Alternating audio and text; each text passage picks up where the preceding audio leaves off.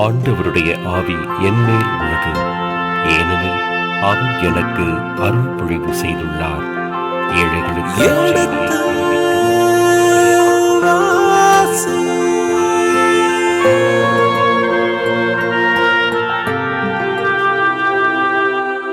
எடுத்து வாசி.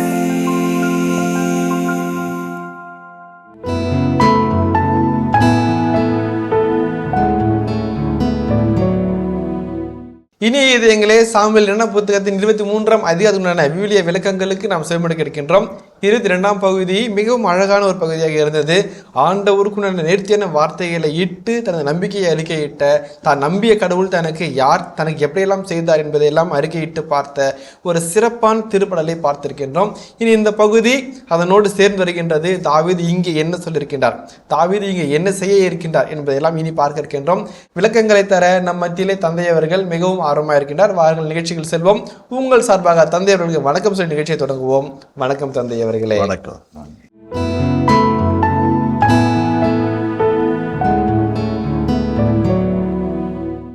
இந்த 22ஆம் அதிகாரத்தை பார்த்து முடிச்சதுக்கு அப்புறமா 23 வந்திருக்கிறோம் தந்தையே. அப்படியே உச்சத்துக்கு கொண்டு போய் கடவுளுடைய அனுபவத்தில் மிதக்க வச்சு, அவரை பார்க்குற விதத்தில், புரிகிற விதத்தில் அவருடைய பற்றி சொல்ல வச்சு அவ்வளோ அழகாக எங்களை கொண்டு போச்சு. 23ஆம் அதிகாரம் எங்களுக்கு என்ன செய்தி சொல்ல இருக்கிறது இந்த இடத்துல? 23ஆம் அதிகாரம் மொத்தம் 39 வசனங்களை கொண்டிருக்கிறது. 1 முதல் 7 வரையுள்ள வார்த்தைகளிலே முதல் பகுதியில் ஒரு சின்ன கவிதை இருக்கிறது. அந்த கவிதை லெஜெண்டரி எண்டிங் என்று சொல்வார்கள். பல பெரிய வீர காப்பியங்கள் அதில் நிறைவு வார்த்தைகளாக சொல்வார்கள். அதுக்கு அடுத்தபடியாக தாவீது அரசருடைய போர் படையிலே போரிட்ட பல்வேறு விதமான படை வீரர்களுடைய சாகசங்களை அங்கங்கே குறிப்பிட்டு சொல்கிறார்கள். இது மாதிரி தாவீது மட்டுமல்ல, தாவீதை போல் தாவீதுக்கு இணையாக உதவியாக இருந்த பல மனிதர்கள் இருந்தார்கள். இப்படிப்பட்ட கதைகள் நமக்கு நிறைய கதைகள் இந்த மாதிரி நம்ம ஊரில் இருக்கும். இவர் உங்கள் தாத்தா அப்படி, உங்கள் அப்பா அப்படி என்றெல்லாம் நிறைய கதைகள் வைத்திருப்பார்கள். அது பல உண்மைகள் நமக்குள்ளாக கொண்டு வந்து சேர்க்கின்ற கதைகளாகும். இதற்கு கூட இந்த சாகச மனிதர்களுக்கு மத்தியிலே ஒரு தன்மானம் மிகுந்த ஒரு நல்ல மனிதருடைய தாவீதுடைய மனதையும் அரசியல் படம் எடுத்து காட்டுகிறார்.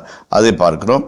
அதை தொடர்ந்து வருகின்ற பகுதிகளிலே யாரெல்லாம் தாவீதுக்கு பெருந்துணையாகவும் உற்ற துணையாகவும் இருந்து பல்வேறு எதிரிகளை வெல்வதற்கு உதவியாக இருந்தவர்கள் பற்றிய ஒரு சிறிய தொகுப்பை நாம் பார்க்கிறோம். இது ஒரு மிக்ஸ்டு எண்டு, ஒரு பலதரப்பட்ட என்ன செய்திகளை தாங்கி வருகின்ற ஒரு கலவையான ஒரு முடிவுரையாக இருக்கிறது. அதுக்கு அடுத்தபடியாக வருகின்ற 24ஆம் அதிகாரம் தொடர்ந்து வருகின்ற 1 அரசருக்கு முன்னுரையாக அமைகிறது. ஆகவே ஆசிரியர், இணைச்சட்ட வரலாற்று நூலாசிரியர் யோசுவா புத்தகத்தில் ஆரம்பித்து நீதி தலைவர்கள், அதுபோல் 1 சாமுவேல், 2 சாமுவேல், 3 அரசர், அவருக்கு அந்த இணைப்பை உருவாக்கிவிட்டு அவர் முடிக்கிறார். அது அப்படிதான் நம்ம பகுதி பார்க்க போகிறோம். இப்போ இந்த 23ஆம் அதிகாரத்தினுடைய முதல் வசனங்களை வாசிப்போம். மேன்மை மிக்கவரும் யாக்கோபின் கடவுளால் திருப்பொழிவு பெற்றவரும் இஸ்ரேலின் இனிமைமிகு பாடகரும் ஈசாயின் மைந்தருமான தாவீதின் இறுதி மொழிகளாவன. பாருங்க, தாவீதுக்கு எத்தனை அடைமொழிகள் இருக்கிறது என்று சொல்லி. தாவீது அரசனாக இருந்தார். அரசனாக மேன்மை மிக்கவர், யாக்கோபின் கடவுளால் திருப்பொழிவு செய்யப்பட்டவர், ஈசாலின் இனிமை மிகுந்த பாடகர், ஈசாயின் மைந்தர். இந்த 4 குணாதிசயங்கள் தாவீதை எப்படி மக்கள் பார்த்தாங்க, இந்த இணைச்சட்ட வரலாற்று நூலாசிரியர் எப்படி பார்க்கிறார்ன்றதுக்கான ஒரு சான்றாக அமைகிறது. இந்த வார்த்தைகளில் இவருடைய பின்னணியில் இந்த புத்தகம் எப்படி நிறைவு பெறுகிறது என்பதை பற்றிய செய்தியை நம்ம பின்பகுதியில் நம்ம பார்க்க போகிறோம். அதில் முதல்ல 2ஆம் வசனத்தை வாசிப்போமே. ஆண்டவரின் ஆவியார் என் மூலம் பேசினார், அவரது வார்த்தை என் நாவில் ஒலித்தது. இது வரைக்கும் நம்ம இந்த மாதிரி வார்த்தை வந்ததே இல்லை. ஆண்டவரின் ஆவியார் பேசினார்ன்னு எல்லாம் இல்லை. ஆணுடைய வாக்கு நாத்தானுக்கு வந்தது, ஆணுடைய வாக்கு இவங்களுக்கு வந்தது, இப்படி தான் வந்திருக்கும். ஆண்டவர் ஆவியார் என்ன பேசினார், அது ப்ராஃபட்டிக் லாங்குவேஜ். ஆண்டவர் ஆவியானவர் பேசினார்னு வருது. அந்த வாக்கியத்தை இந்த இடத்துல கொண்டு வருகிறார்கள். தோரணையில், எழுத்தில், வடிவில், வாக்கிய அமைப்பில் எல்லாத்துலேயுமே ஒரு முற்றிலும் மாறுபட்ட ஒரு பகுதியாக அமைக்கிறத பார்க்கிறோம். இஸ்ரேலின் கடவுள் என்னோடு பேசினார், இஸ்ரேலின் பாறை எனக்கு கூறினார். மாண்டரை நீதியோடு ஆள்பவன், இறை அச்சத்துடன் ஆள்பவன், விடியற்கால ஒளி என திகழ்கின்றான், முகிலற்ற காலை கதிரவன் என ஒளிர்கின்றான். மழைக்கு பின் மணி நின்று புல் முளைக்கச் செய்யும் வெளிச்சம் என விளங்குகின்றான். என் குடும்பம் இறைவனோடு இணைந்துள்ளது அன்றோ? அனைத்தும் ஒழுங்குபடுத்தப்பட்டு உறுதியாக்கப்பட்டு என்றும் நிலைக்கும் உடன்படிக்கையை அவர் என்னோடு செய்து கொண்டார். இப்போ 4வது வசனம் வரைக்கும் கடவுள் தாவீதை இப்படியெல்லாம் உயர்த்தினதை பற்றி பார்க்கிறோம். அவனுடைய ஆவி அவனை பேசினார், கடவுள் என்னோடு பேசினார், இஸ்ரவேலின் பாறை என்னோடு பேசினார், மானிடரை நீதியோடு ஆள்வன் இறைச்சத்துடன் ஆள்பவன், விடியற்கால ஒளியென திகழ்கிறான், முகிலற்ற காலை கதிருடன் விழுகிறான். எல்லாமே கடவுளை பற்றி பேசினாலும் ஒரு பகுதியில் தாவீதை மையப்படுத்துகிறது. நீதியோடு நேர்மையோடு கடவுளை நம்பி கடவுள் ஆசீர்வாதம் பெற்று கடவுளுடைய முகிலனை எல்லாம் தாவீதை பற்றி தான் பேசுகிறது. அதேமாரி பாருங்களேன், மழைக்கு பின் மண்ணினின்று புல் முளைக்க செய்யும், வெளிச்சமென விளங்குகிறான். இப்போ மழை பெஞ்சா டக்குன்னு புல் முளைக்க தான் செய்யும். அதே போல் கடவுளுடைய அருள் வந்துச்சுனாக்க நான் உழைப்பான்ற போல் நான் வளர்ந்தேன் சொல்கிறாரு. அதில் 5ஆம் வசனத்திலிருந்து தான் முதல் 4 வசனங்கள் தாவீது பற்றிய உண்மைகள், அவர் பற்றிய விளக்கங்கள், அவர் பற்றிய புகழுரைகளை அந்த பகுதி பகுது. 5ஆம் வசனத்தில் கடவுள் தாவீதுக்கு என்ன செய்தார் என்று வாசிக்கிறோம். என் குடும்பம் இறைவனோடு இணைந்துள்ளது அன்றோ? அனைத்தும் ஒழுங்குபடுத்தப்பட்டு உறுதியாக்கப்பட்டு என்றும் நிலைக்கும் உடன்படிக்கையை அவர் என்னோடு செய்து கொண்டார். என் அனைத்து மீட்பும் விருப்பும் அவரால் நிறைவு பெறாதோ? 5ஆம் வசனம் ஒரு மையப்பகுதியாக இருக்கிறது. இந்த 2 முதல் 7 வரை வார்த்தைகளில் 5ஆம் வசனம் கடவுள் என்னோடு உடன்படிக்கை செய்து கொண்டார் என்ற வார்த்தையை நம்ம இடத்துல பார்க்கிறோம். இந்த பெரித் ஆஃப் காட், பெரித் என்றால் உடன்படிக்கையின் அர்த்தமாகும்.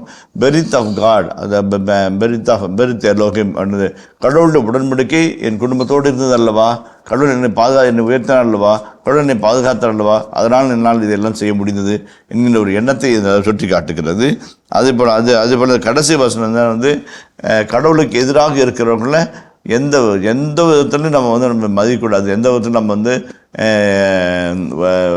பயப்படக்கூடாது என்கின்ற ஒரு செய்தியை அந்த பகுதி சுட்டி காட்டுகிறது. அதை வாசிப்போம்.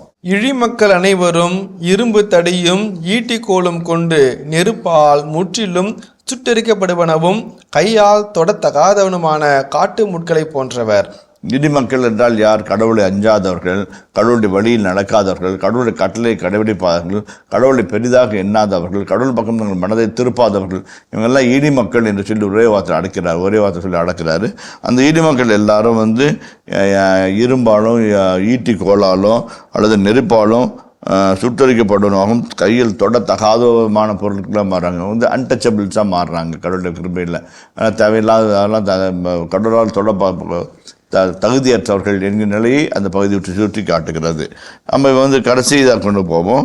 தாவீதுடைய புகழ்மிகு வீரர்கள் பற்றிய ஒரு சின்ன குறிப்பு இந்த குறிப்பு 1 குறிப்பேடு 11:10-40 வரையில பகுதிகளில் பெருசாக வருகிறது. அதே பகுதியை நம்ம இங்கேயும் பார்ப்போம். தாவீதோடு இருந்த வீரர்களின் பெயர்கள் ஆவன: தக்கமோனியனான யோசபத்து என்பவன் ஒருவன், மூவருள் முதல்வராக இருந்த அவன் எஸ்னினியன் அதினோ என்று அழைக்கப்பட்டான். அவன் ஒரே சமயத்தில் 800 பேரை தாக்கி கொன்றான். அவனுக்கு அடுத்தவன் அகிகோத்துக்கு பிறந்த தோதோவின் மகன் எலையாசர் ஆவான். போரிடுமாறு ஒன்று திரண்டு வந்த பெலிஸ்தியரை எதிர்த்து சென்றபோது தாவீதுடன் இருந்த வலிமிகு வீரர் மூவருள் ஒருவன் அவன். முதலில் இஸ்ரேல் பின்வாங்கினர். அவனோ தனித்து நின்று கை சோர்வுற்று வாளோடு ஒட்டி கொள்ளும் வரை பெலிஸ்தியரை தாக்கினான். ஆண்டவர் அன்று பெரும் வெற்றியை தந்தார். அவனுடைய வீரர்கள் வெட்டுண்டவர்களிடமிருந்து கொள்ளையடிப்பதற்காக அவனிடம் திரும்பி வந்தார்கள். 8 முதல் 10 வரையில் இறை வார்த்தைகள் இல்லை, கிட்டத்தட்ட ஒரு 6 அல்லது 7 படை தளபதிகளை பற்றிய செய்திகளை தாங்கி வருகிறது. குறும் படைத்தலைவர்கள், அது 1000 தலைவர், அது 100 தலைவர், அது 10,000 தலைவர் என்று பல்வேறு பிரிவுகள் இருக்குது. அந்த பிரிவில் இருந்த சோல்வீரர்கள் இவங்கெல்லாம் எதுக்கு இப்படிப்பட்ட சின்ன சின்ன படை வீரர்கள் மூலமாகத்தான் வெற்றி நம்மை வாய்க்கிறது. அரசர் திட்டமிடுவார், அரசர் வியூகம் அமைத்து கொடுப்பார், அதை செயல்படுத்தும் மனிதர்கள் இவர்கள் தான். அதான் பாருங்களேன், இந்த ஒரு சொல்கிறாரு, ஒரே சமயத்தில் எஸ்னியன் அதினோ என்கின்றவன் 800 பேரை ஒரே சமயத்தில் வெட்டி சாய்த்தான் என்று சொல்லப்படுகிறது. இவன் மிகப்படுத்தப்பட்ட எண்ணாக இருந்தாலுமே கூட அந்த ஒரு குழாமுக்கு பணியிடத்து சென்ற குழாமுக்கு அவன் தலைவனாக இருந்திருக்க வேண்டும். ஒரே சமயத்தில் வென்று மக்களுக்கு ஒரு அவனுடைய எண்ணங்கள் எல்லாம் பர்பச்சுவேட் பண்ணுறாங்க. இப்போ 2 பாருங்கள், தாவீதை பற்றி அழகான செய்தி அவ்வளோ அழகாக சொன்ன இணைச்சட்ட வரலாற்றுள்ள ஆசர் இந்த சின்ன சின்ன மன்னர்களுடைய பெயர்னு சொல்கிறார். அப்போ அது இவங்களும் இந்த இடத்துல முக்கியம்ன்றதுக்கு அவர் தேவையான முக்கியத்துவத்தை கொடுக்குறார். அதை நம்ம புரிஞ்சுக்கணும். அதே மாதிரி பாருங்களேன், கடைசியில் பெலிஸ்தியர்களை தாக்கினார். அவனும் கை தனித்து நின்று கை சோர்வுற்று வாளோடு ஒட்டி கொள்ளும் முறை பெலிஸ்தியரை தாக்கினான். ஆண்டவர் அன்று அவனுக்கு அவன் வழியாக பெலிஸ்தியர்களை அழித்து ஒரு பெரிய மாபெரும் வெற்றியை தந்தார்னு சொல்லப்படுகிறது. இவங்களாம் தியாகம், அர்ப்பண உணர்வு, அருமையுடைய தாவீதுக்கு பாடுபட்ட மிகுந்த பாசம், இப்போ அனைத்தும் வெற்றியை உறுதி செய்கிறது. அடுத்த 11 வாசிப்போமே. அடுத்தவன் ஆரானியனான ஆயையின் மகன் சம்மா ஆவான். பயிறு நிறைந்த வயல் ஒன்றில் பெலிஸ்தியர் கூட்டமாக திரள மக்கள் புறமுதுகு காட்டி ஓடினார்கள். அப்போது அவன் வயல் நடுவே நின்று அதை பாதுகாத்தான். பெலிஸ்தியரை வெட்டி வீழ்த்தினான். ஆண்டவர் பெரும் வெற்றியை தந்தார். நீங்கள் நன்றாக நினைவுகிறோம். நீதித்தலைவர் புத்தகத்தில் கிதியோன் கோதுமைகளை அறுத்து திராட்சை பழ செடியில் இருப்பார். ஏன் பயப்படுவாங்க? அதேமாதிரி சிம்சோன் அந்த நரிகளுடைய வாள்களில் தீப்பந்தத்தை கட்டிவிட்டு காடுகளில் இருக்கிற பயிர்களை அழிப்பதற்காக யுக்திகளை பயன்படுத்துவார். அதே போல் இந்த இடத்துல வருகின்ற ஒரு பெரிய குலாம் பெலிஸ்தியர்களுடைய பெரும் படையானது இவரை தாக்க வருது. அப்போ நிறைய பேர் ஓடுறாங்க, பயந்துடுறாங்க. ஆனால் இவனோட ஒற்றை மனிதனாக நின்று போரிட்டான். இவனும் ஒரு மெச்சத்தக்கவனே, இவனும் பாராட்டத்தக்கவனே என்று ஆசை சொல்லுகிறார். 30 படைத்தலைவர்கள் 3 அறுவடை காலத்தில் தாவீது தங்கியிருந்த அதுல்லாம் குகைக்கு வந்தனர். ரெபாயிம் பள்ளத்தாக்கில் பெலிஸ்தியர் கூட்டம் பாளையம் இறங்கி இருந்தது. அப்பொழுது தாவீது பாதுகாப்பான கோட்டைக்குள் இருந்தார். பெலிஸ்தியர் படையோ பெத்லகேமில் இருந்தது. தாவீது ஏக்கத்துடன் பெத்லகேம் வாயிலருகே உள்ள கிணற்றிலிருந்து எனக்கு குடிக்க தண்ணீர் தருபவர் யார் என்று கேட்டார். 3 வலிமைமிகு வீரரும் பெலிஸ்தியரின் அணிகளுக்குள் புகுந்து சென்று பெத்லகேம் வாயிலருகே உள்ள கிணற்றிலிருந்து நீர் முகந்து அதை தாவீதிடம் எடுத்து வந்தனர். தாவீதோ அதை குடிக்க விரும்பாமல் ஆண்டவருக்காக வெளியே ஊற்றினார். தங்கள் உயிரை பணயம் வைத்து சென்றவர்களின் இரத்தமன்றோ இது? ஆண்டவரே, இதை நான் எவ்வாறு குடிக்க முடியும் என்று சொல்லி அவர் அதை குடிக்க விரும்பவில்லை. 3 வீரரும் ஆற்றிய வல்ல செயல்கள் இவையே. அந்த 3 பேர்களுடைய வல்ல செயலை பற்றி சொல்லும்போது ஆசிரியர் 2 செய்திகளை குறிப்பிடுகிறார். ஒரே கிலோ 2 மாங்காய் அடிக்கிற மாதிரி இந்த 3 படைவர்களும் பெலிஸ்தியர்களுக்கு பயப்படாமல் அப்படியே பதுங்கி போய் கிணத்துல தண்ணி எடுத்துட்டு வந்தாங்க. அது பராக்கிரம செயல். ஆனால் அது குடிக்கிற தாவீதுக்கு அந்த இடத்துல தாவீதை குடிக்க கொடுக்குறாங்க. தாவீது 3 பேருடைய ரத்தம் அல்லவா இது என்று சொல்லி கீழே விட்டு குடிக்காமல் போகிறார். அப்போ இவர்கள் இடையேயான பந்தம், அவளுக்கு இடையான தியாக உணர்வு, அரசனுக்காக எதையும் செய்யக்கூடிய ஒரு நல்ல மனநிலை கொண்ட போர் வீரர்கள். அரசன் யாரையும் எந்த விதத்திலும் ஆபத்துக்கு உள்ளாகக்கூடாது என்று நினைக்கின்ற அரசன் ஒரு அருமையான ஒரு பதத்தை உருவாக்கி காட்டுகின்றார். யாவோபின் சகோதரனான செருவியாவின் மகன் அபிசாயி 30 என்பருக்கு தலைவராக இருந்தான். அவன் 300 பேரை தன் ஈட்டியால் குத்தி கொன்றான். 3 இணையாக அவன் பெயர் பெற்றவன். 30 அவன் அல்லனோ கூடுதல் புகழ் பெற்றிருந்தான். அவர்களின் தலைவனும் அவனே. ஆயினும் முன்னைய 3 இவன் சமமாக இல்லை. இப்போ அபிசாயை பற்றி நம்ம நிறைய இடங்களில் வாசிச்சிருக்கிறோம். யோவாபு, அபிசாயி, இத்தாய், இது 3 தான் இஸ்ராயலுடைய படைப்பிரிவுகளுடைய தளபதிகளாக செயல்பட்டார்கள். தாவீது எருசலேம் விட்டு வெளியே புறப்பட்ட காலத்தில் கூட அவனுக்கு உதவியாக இருந்து எப்ராயிம் காடுகளில் போர்க்களத்தை நடத்தியவர்கள் இந்த 3 தான். இந்த அபிசாயை பற்றி ஒரு செய்தி ஆசிரியர் சொல்லுகிறார். இதெல்லாம் சொல்லும்போது முன்பே இருந்த சோர்ஸ் என்று சொல்லுகின்ற மூல ஆதாரங்களும் இந்த ஆதாரங்களும் வேறுபட்டிருக்கிறதோ என்கிற ஒரு எண்ணம் கூட வரலாம். ஏன் இதை மட்டும் தனியாக சொல்கிறாரு, அங்கங்கே சொல்லாமல் மட்டும் தனியாக கொண்டு சொல்கிறாருன்னு, அல்லது விடுபட்ட செய்திகள் எல்லாம் ஒன்றாய் தொகுத்து ஒரு இடத்தில் கொடுக்கலாம் என்று வரலாற்று இணைச்சட்ட வரலாற்று ஆசிரியர் நினைத்தாரோ தெரியாது. ஆனால் இந்த இடத்துல அபிஷேகனுடைய நேர்மையான தரமான செயலை நம்ம ஆசிரியர் வெளிப்படுத்தி காட்டுகிறார். கப்சியேலை சார்ந்த யோயாதாவின் மகன் பெனாயா பல வீர செயல்கள் புரிந்தவன்.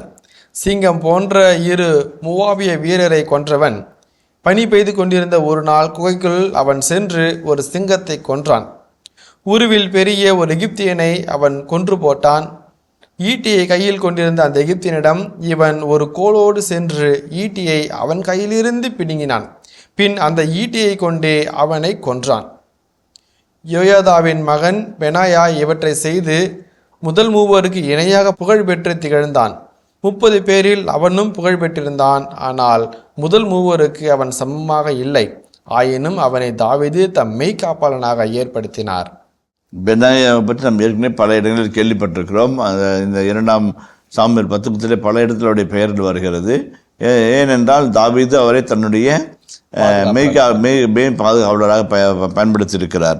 இந்த இடத்துல பெனாயாவை பற்றி பேசும்போது 1 அல்ல 2 அல்ல 3 4 வீர செயல்களை சொல்கிறார். சிங்கத்தை போய் அவன் ஒற்றை மனிதனாக சிங்கத்தை கொள்கிறான்னு சொல்கிறாரு. 2 மோவாபிய மனிதர்கள் சிங்கம் போன்றவர்கள் அவளையும் கொன்றான்னு சொல்கிறது. அதேமாதிரி பிடிசேர் படையிலும் இவர் பெரிய ஒரு தாக்கத்தை உருவாக்கி வெற்றி வழிவகுக்கிறார் சொல்லப்படுகிறது. பெனாயாவும் தாவீதுக்கு பல வகைகளில் மெய்காப்பாளனாக இருந்து உடனே இருந்து அவனை பாதுகாக்கும் பணியில் ஈடுபட்டிருக்கிறதை நாம் பார்க்கிறோம். அடுத்து பாருங்களேன். யோவாபின் சகோதரன் அசாயேல் 30 பேரில் ஒருவன். மற்றவர்கள் யாரெனில் பெத்லகேமை சார்ந்த தோதாவின் மகன் எல்கானான், அதிரோதியனான சம்மா, அதிரோனியனான எலிகா, பல்தியனான எலேசு, தெக்கோவை சார்ந்த ஈக்னேசின் மகன் ஈரா, அத்னோத்தியனான அபியாசர், ஊசாத்தியனான மெபுன்னாய், அகோகியனான சல்மோன், நெற்றோபயனான மகராய், நெற்றோபயனான பானாவின் மகன் ஏலேபு, பென்யமியரின் கியபாவை சார்ந்த இரிபாயின் மகன் இத்தாய், பிரத்தோனியனான பெனாயா, காகாசு நீரோடைகளின் அருகே வாழ்ந்த இதாய், அர்பாத்தியனான அபி அல்போன், பர்குபியனான அஸ்மவேத்து, சல்போனியனான எலியாகுபா, யாசேனின் மகன் யோனத்தான், ஆரானியனான சம்மா, ஆரானியனான சாராவின் மகன் அதியாம், மாகாத்தியனான அகஸ்பாயின் மகன் எலிபலேற்று, கினோனியனான அகிதோபலின் மகன் எலியாம், கார்மேலியனான எட்சரோ, அர்பியனான பாராய், சேராபாவை சார்ந்த நாத்தானின் மகன் ஈகால், காத்தியனான பானி, அம்மோனியனான செலேக்கு, செருயாவின் மகனாம் யோவாபின் படைக்கலன் தாங்குவோனாகிய பேரோத்திய நகராய், ஈத்தியரான ஈரா, ஈத்தியரான காரேபு, ஈத்தியரான உரியா, இவர்கள் அனைவரும் 37 பேர். 2ஆம் பகுதியில் நம்ம கேட்கப்பட்ட பல பெயர்கள் புதிதாக இருக்கலாம். சிலர் ஏற்கனவே பழகப்பட்ட பெயர்களாக இருக்கலாம், நாம் வாசித்த பகுதிகளாக இருக்கலாம். ஆனால் இணைச்சிட்ட வரலாற்று நூல் ஆசிரியர் இருபெரும் செய்திகளை சொல்ல வருகிறார். ஒன்று, தனிப்பட்ட ஒவ்வொரு நபரும் ஏதாவது ஒரு வகையில் உதவி இருக்கிறார். ஆகவே தான் ஒரு மாபெரும் வெற்றியை இஸ்ராயலால் சந்திக்க முடிந்தது என்ற ஒரு செய்தியை சொல்கிறார். 2வது, ஒவ்வொரு சிறு நபரும் தாவீதினால் மதிக்கப்பட்டவர்கள். அவர்கள் பற்றிய குறிப்பேடு பத்திரப்பதிவுகளில் இருக்கிறது. பதிவிடப்பட்டதனால் அவர் வரலாற்றில் not only create history, they become history also. வரலாற்றை உருவாக்குகிறவர்களாக, வரலாற்றை மாற்றி எழுதுகிறவர்களாக மாறுகிறார்கள் என்று அவருடைய பணியானது சிறிதளவாக இருந்தாலுமே கூட மிகப்பெரிய அளவில் அவருடைய தாக்கம் இந்த படைகளுக்கும் படையினுடைய வலிமைக்கு இருந்திருக்கிறது என்று சொல்கிறார்கள். இந்த படை வீரர்கள் பெயரை சொல்வதன் மூலமாக நினைச்சிட்டு வரலாற்று நூலாசிரியர் யாரும் இதில் குறைந்தவரோ நிறைந்தவரோ அல்ல, எல்லாரும் சமம், எல்லாரும் முக்கியம் என்ற செய்தியும் நமக்கு சொல்லி நிறைவு செய்கிறார். 23ஆம் அதிகாரத்தினுடைய முக்கால் பெயர்கள் புது பெயர்களாக அல்லது குழு தலைவர்களுடைய பெயர்களாக அல்லது ஒரு சில எக்ஸ்பெடிஷன்ஸ் என்று சொல்வார்கள், ஒரு சில தாக்குதல்களில் தலைவர்களாக செயல்பட்டவருடைய பெயர்களை இங்கே பார்க்கிறோம். இதுதான் இந்த பகுதியினுடைய செய்தியாக வருகிறது. அடுத்ததாக இந்த பகுதியினுடைய இறுதி பகுதியாகிய 24ஆம் அதிகாரத்தில் கடந்து செல்வோம். நன்றி தந்தை அவர்களே. இந்த பகுதி முதல் பகுதியில் தாவீதினுடைய அந்த ஆண்டவர் அவருக்கு வழங்கிய வார்த்தைகள், அது லெஜெண்டரி சிக்னேச்சர் எண்டிங் சொல்லிட்டு அழகாக சொல்லியிருந்தீங்க ஆண்டவர் தந்தை அவர்களே. அந்த திருப்படலுக்கு அழகான ஒரு முடிவுரையாக அழகாக அமைகிறது. அதுக்கு அடுத்த பகுதியாக இங்கே பார்க்குறப்போ நிறைய நபர்கள் 37 பேரை பற்றி வாசிக்கிறோம். 37 பேர் விவிலியத்தில் எங்கிட்டாவது ஒரு இடத்துல என் பேர் வந்துடாதான்னு சொல்லி பார்த்துட்டு இருக்கிற மக்கள் நாமெல்லாம் இப்போ 37 67 பேரை ஒரு முறையாவது கட்டாயம் இவங்க பேரை சொல்லியே ஆகணும் சொல்லிட்டு அவர் எழுதியிருக்காருன்னு அவங்க எவ்வளவு செஞ்சிருப்பாங்க, இவ்வளவு எழுதிருப்பாங்கன்னு சொல்லிட்டு பாக்குறப்போ நாமளும் எவ்வளவு செய்யணும்னு சொல்லிட்டு ஒரு ஆர்வத்தை உள்ள தூண்டிருக்காங்க. இந்த விளக்கங்களை வழங்கியமைக்கு மிகவும் நன்றி. இனி இதயங்களை இதுவரை நாம் சாமுவேல் 2ஆம் புத்தகத்தின் 23ஆம் அதிகாரத்துக்கான விவிலிய விளக்கங்களுக்கு செவிமடுத்திருக்கின்றோம். இனி இந்த பகுதியின் இறை வசனங்களுக்கு செவிமடுப்போம். சாமுவேல் 2ஆம் நூல், அதிகாரம் 23. மேன்மை மிக்கவரும் யாக்கோபின் கடவுளிடம் திருப்பொழிவு பெற்றவரும் இஸ்ரவேலின் இனிமை மிகு பாடகரும் ஈசாயின் மைந்தருமான தாவீதின் இறுதி மொழிகளாவன. ஆண்டவரின் ஆவி என் மூலம் பேசினார், அவரது வார்த்தை என் நாவில் ஒலித்தது. இஸ்ரவேலின் கடவுள் என்னோடு பேசினார், இஸ்ரவேலின் பாறை எனக்கு கூறினார். மானிடரை நீதியோடு ஆள்பவன், இறை அச்சத்துடன் ஆள்பவன், விடியற்கால ஒளி என திகழ்கின்றான். முகிலற்ற காலை கதிரவன் என ஒளிர்கின்றான். மண்ணினின்று புல் முளைக்கச் செய்யும் மழை என விளங்குகின்றான். என் குடும்பம் இறைவனோடு இணைந்துள்ளது அன்றோ? அனைத்திலும் திட்டமிடப்பட்டு உறுதியாக்கப்பட்டு என்றும் நிலைக்கும் உடன்படிக்கையை அவர் என்னோடு செய்து கொண்டார்.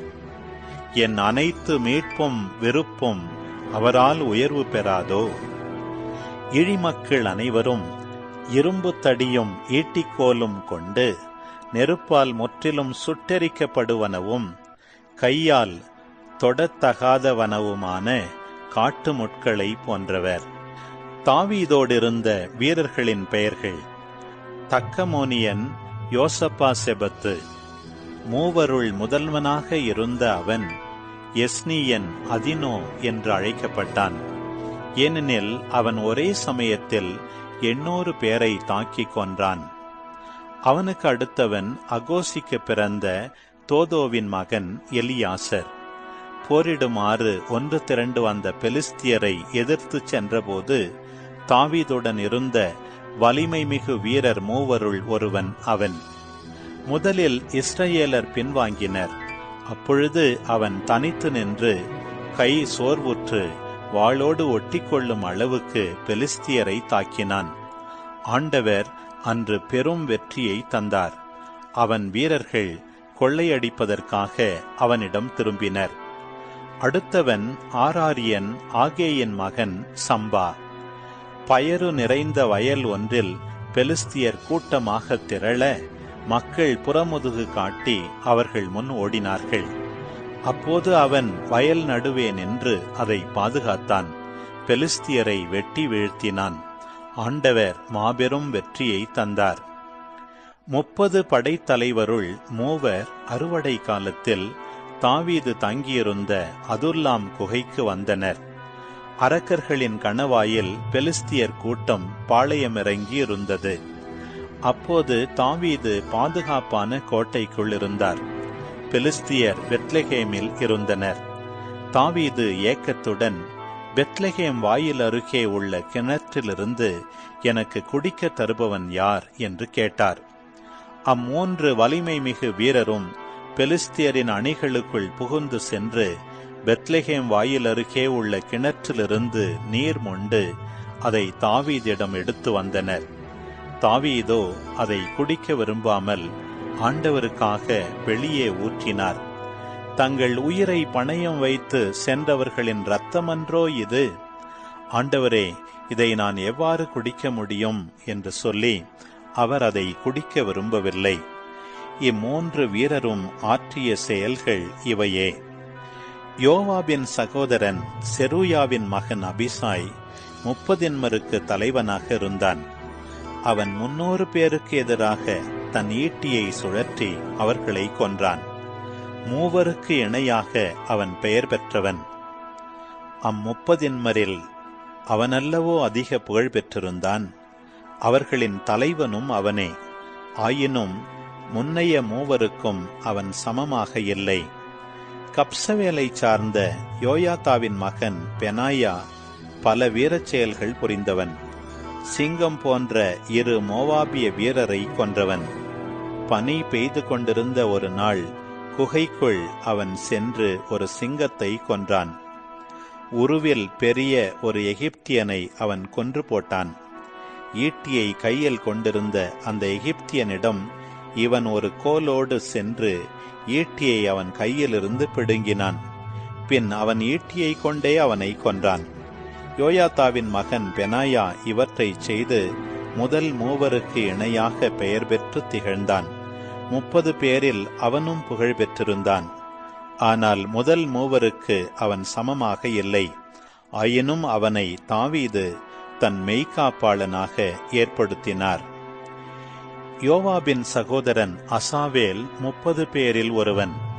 அவர்கள் யாரெனில், பெத்லெஹேமை சார்ந்த தோதோவின் மகன் எல்கானான், அரோதியன் சம்மா, அரோதியன் எலிகா, பல்தியன் ஏலேசு, தெக்கோவாவை சார்ந்த இக்கேசின் மகன் ஈரா, அனதோத்தியன் அபியேசர், ஊசாத்தியன் மெபுன்னாய், அகோகியன் சல்மோன், நெட்ரோபாயன் மகராய், நெட்ரோபாயன் பானாவின் மகன் ஏலேபு, பென்யமீனியரின் கிபையாவை சார்ந்த எரிபாயின் மகன் இத்தாய், பிரத்தோனியன் பெனாயா, காக்கசு நீரோடைகளின் இதாய், அர்பாத்தியன் அபி அல்போன், பர்குமியன் அஸ்மவேத்து, சால்போனியன் எலியகுபா, யாசேனின் மகன் யோனத்தான், அராரியன் சம்மா, அராரியன் சாராரின் மகன் அகியாம், மாகாத்தியன் அகஸ்பாயின் மகன் எலிபலேற்று, கிலோனியன்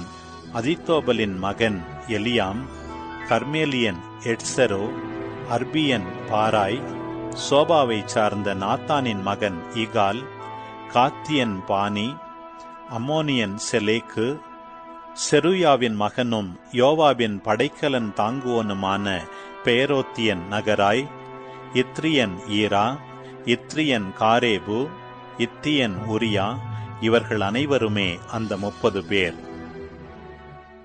இனி இதயங்களை எடுத்து வாசிப்பருவம் 2 சாமுவேலின் 2ஆம் புத்தகத்துடனான விவிலிய இறை வசனங்களுக்கு செய்யப்படுத்திக் கொண்டிருக்கின்றோம். இதன் தொடர்ச்சியை மீண்டும் அடுத்த பகுதியில் தொடர்வோம். அதுவரை இணைந்திருங்கள். இயேசுவுக்கே புகழ், இயேசுவுக்கே நன்றி, மரியே வாழ்க.